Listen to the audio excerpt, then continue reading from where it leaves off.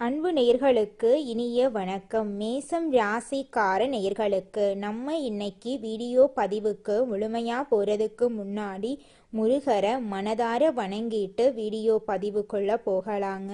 ஓ முருகா போற்றி, ஓ முருகா போற்றி, ஓ முருகா போற்றி, என்னை காக்கும் முருகனே போற்றி. நல்லதே நடக்கும், நல்லது மட்டும்தான் நடக்கும்.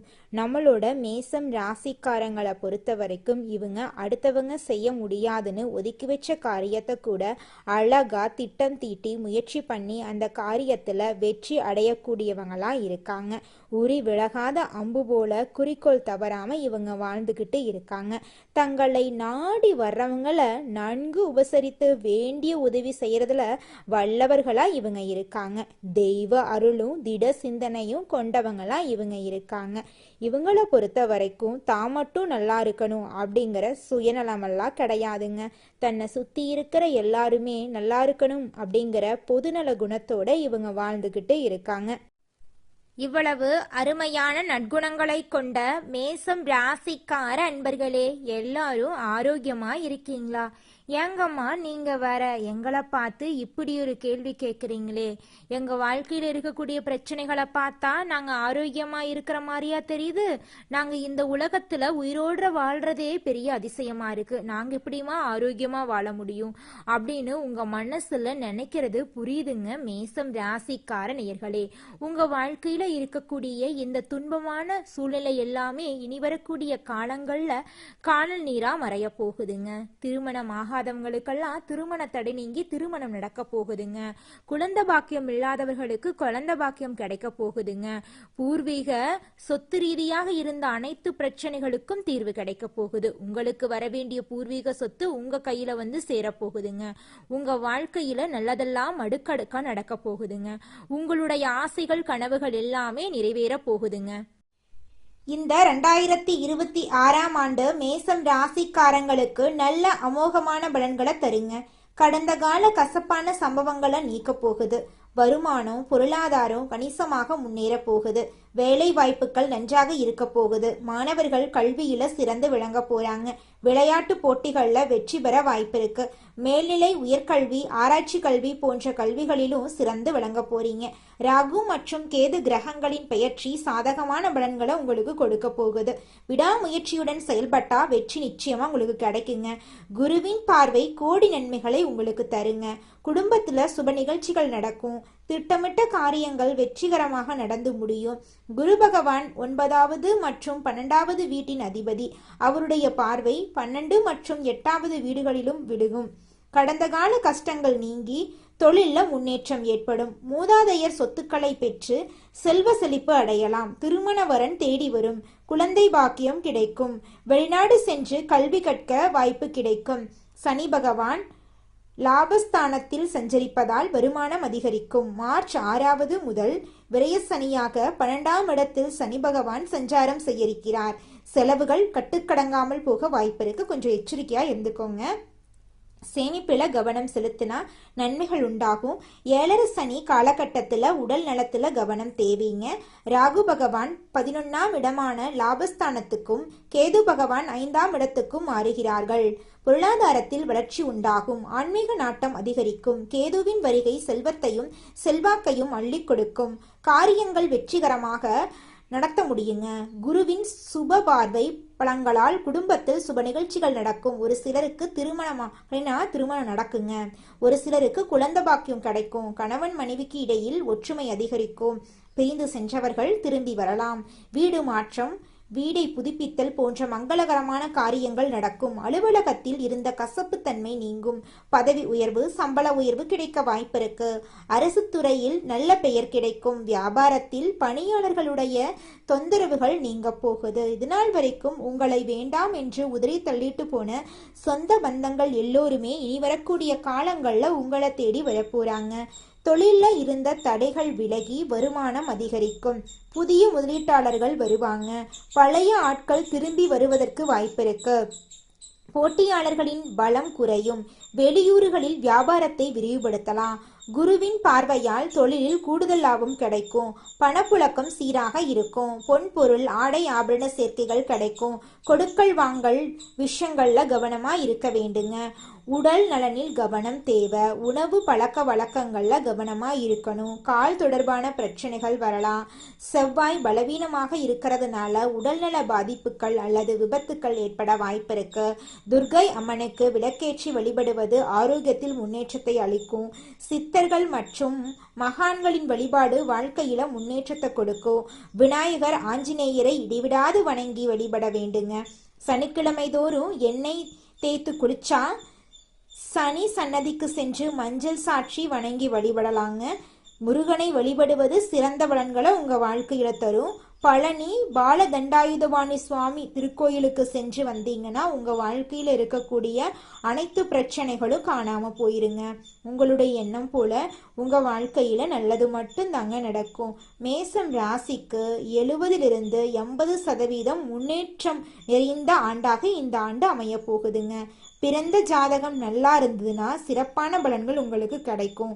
ஜாதகம் பார்க்க, பெயர் வைக்க, வாஸ்து சாஸ்திரம் பார்க்க, நல்ல நாள் பார்த்து செயல்படுறது ரொம்பவும் நல்லதுங்க. இந்த உலகத்துல யாருங்க கோடீஸ்வரன்? கோடி கோடியா பணம் வச்சிருக்கிறவங்களா, பிடிச்ச உணவுகளை சாப்பிட்றவங்களா, பிடிச்ச உறவுகள் கிட்ட பேசுறவங்களா? இதுல யாருமே கோடீஸ்வரன் கிடையாதுங்க. யார் ஒருத்தவங்க நோய் நொடி இல்லாம, மனக்கவலை இல்லாம நிம்மதியா தூங்குறாங்களோ அவங்க தாங்க இந்த உலகத்திலேயே சிறந்த கோடீஸ்வரன். அப்பேற்பட்ட கோடீஸ்வரன் ஆகக்கூடிய யோகம் உங்களுக்கு இந்த மாதம் அமைஞ்சிருக்குதுங்க. உங்க வாழ்க்கையில இனி வரக்கூடிய காலங்கள்ல கவலை, கண்ணீர் அப்படிங்கிற பேச்சுக்கெல்லாம் துளி கூட இடம் கிடையாதுங்க. இது நாள் வரைக்கும் உங்களுடைய மனசில் இருந்த மனக்கவலைகள் எல்லாம் இனி வரக்கூடிய காலங்கள்ல காணாம போகுதுங்க. நீங்க சந்தோஷமான ஆரோக்கியமான வாழ்க்கைய இனி வரக்கூடிய காலங்கள்ல வாழ போறீங்க. உங்க வாழ்க்கையில சந்தோஷம் நிலைச்சிருக்க போகுதுங்க. மேசம் ராசியினரே, இந்த மாதம் பணவரத்து கூடுங்க. ஆனா எந்த காரியத்தில் ஈடுபட்டாலும் அடுத்தவரை நம்புவதில் எச்சரிக்கை தேவைங்க. உங்களுக்கு மிகவும் வேண்டியவர் உங்களை விட்டு விலகி செல்லலாங்க. மாற்று மதத்தினரின் உதவி உங்களுக்கு கிடைக்க போகுது. தொழில் வியாபாரத்துல எதிர்பார்த்த பணவரவு உங்களுக்கு இருக்குங்க. போட்டிகள் குறையும். புதிய முயற்சிகள்ல ஈடுபட தோன்றும் உங்களுடைய மனசு. பங்குதாரர்களிடம் இருந்து வந்த மனக்கசப்புகள் மறைய போகுது. உத்தியோகத்தில் இருப்பவர்கள் செய்யும் பணிகள் திருப்திகரமாக நடந்து முடிய போகுது. எதிர்பார்த்த இடமாற்றம் உங்களுக்கு கிடைக்க போகுது. மேலிடத்தின் மூலம் உங்களுக்கு நடக்க வேண்டிய காரியங்கள் அனுகூலமாக நடக்க போகுது. குடும்பத்தில் இருப்பவர்கள் உங்களை அனுசரித்து செல்வது மனதுக்கு இதமானதா இருக்க போகுது. கணவன் மனைவிக்கிடையே சிறிய வாக்குவாதம் ஏற்படலாம். கொஞ்சம் விட்டு கொடுத்து போறது உங்களுடைய இல்லற வாழ்க்கைக்கு ரொம்பவும் நல்லதுங்க. பிள்ளைகள் உங்களை புரிந்து கொண்டு நடப்பது மனசுக்கு நிம்மதியை தரும். குடும்பத்துல எதிர்பாராத சில காரியங்கள் நடக்கலாம். கொஞ்சம் எச்சரிக்கையா இருந்துக்கோங்க. பெண்களுக்கு சாமர்த்தியமான பேச்சின் மூலம் காரிய வெற்றி உண்டாகும். அடுத்தவரை நம்பி பொறுப்புகளை ஒப்படைக்கிறதுல கவனம் தேவை. கலைத்துறையினர்களுக்கு இருந்து வந்த வீண் பிரச்சனைகள் நீங்கும். மரியாதை அந்தஸ்து உயரும்.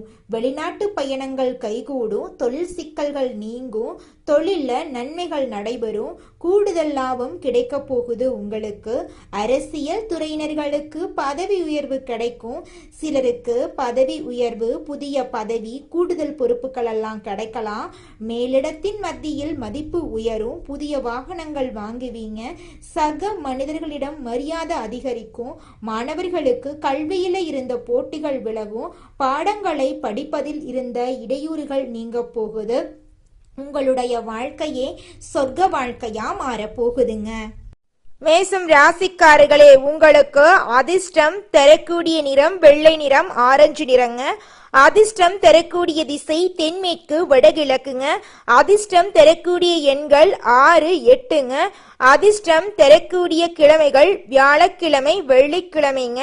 உங்களுக்கு அதிர்ஷ்டம் தரக்கூடிய மலர்கள் என்னன்னு பார்த்தீங்கன்னா மல்லிகை மலர், ரோஜா மலருங்க. குலதெய்வம் எங்கேயோ இருக்குது, என்னமோ இருக்குது அப்படிலாம் நீங்க நினைக்க வேண்டாங்க.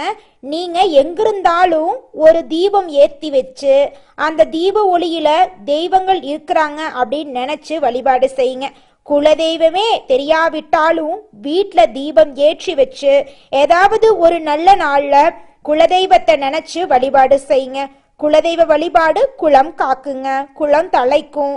முதல்ல குலதெய்வம், அப்புறம் இஷ்டப்பட்ட தெய்வம், அப்புறம் உங்களுக்கு விருப்பப்பட்ட தெய்வங்க. எந்த கோயிலுக்கு போனாலும் என்ன பண்ணாலும் ஏற்றமில்லை அப்படின்னு நீங்க சொல்லுவீங்க. தினமும் எந்திரிச்ச உடனே சூரிய பகவான நமஸ்காரம் பண்ணுங்க. அவங்களுடைய அனுகிரகம் இருந்தா போதும். மற்ற கிரகங்கள் எல்லாம் சாதகமா இல்லைனா கூட பரவாயில்ல, அந்த சூரியனுடைய பிரகாசம் உங்க வாழ்க்கையவே பிரகாசமா மாத்திருங்க. அந்த வெளிச்சம் உங்களை வந்து சேருங்க. உங்க வாழ்க்கையில் இருக்கக்கூடிய கண்ணீரெல்லாம் கரைஞ்சு போயிருங்க. அஸ்வினி, பரணி, கிருத்திகை 1ஆம் பாதத்துல பிறந்தவங்க மேசம் ராசியில பிறந்தவங்களா கருதப்படுறாங்க. இவங்க கொஞ்சம் பிடிவாத குணம் கொண்டவங்களா இருக்காங்க. மேசம் ராசிக்கு நட்பு ராசியா இருக்கக்கூடியவங்க யாருன்னு பாத்தீங்கன்னா கும்பம், சிம்மம், தனுசு, மிதுனம். இவங்க எல்லாரும் நட்பு ராசியா இருக்காங்க. இவங்கள பொறுத்த வரைக்கும் வாழ்க்கையில ஒரு குறிக்கோளை பிக்ஸ் பண்ணிடுவாங்க. அந்த குறிக்கோளை அடையிறதுக்காக இரவு பகல் உறங்காம உழைச்சுக்கிட்டே இருப்பாங்க. இவங்கள பொறுத்த வரைக்கும் நட்புக்கு முக்கியத்துவம் தருவாங்க. நண்பனுக்காக உயிரை கொடுக்க கூட தயங்க மாட்டாங்க. தன்னுடைய குடும்பத்துக்காக ஒட்டுமொத்த வாழ்க்கையும் அர்ப்பணம் செய்யக்கூடியவங்களா இவங்க இருக்காங்க. தைரியமான குணம் இவங்க கிட்ட இருக்குதுங்க. அடுத்தவங்க செய்ய முடியாதுன்னு நினைச்ச விஷயத்தையெல்லாம் கூட இவங்களுடைய தைரியத்தால அந்த காரியத்துல முயற்சி பண்ணி அந்த காரியத்துல வெற்றி அடையக்கூடியவங்களா இவங்க இருக்காங்க. நல்லதே நடக்கும், நல்லது மட்டும்தான் நடக்கும். நன்றி, வணக்கம்.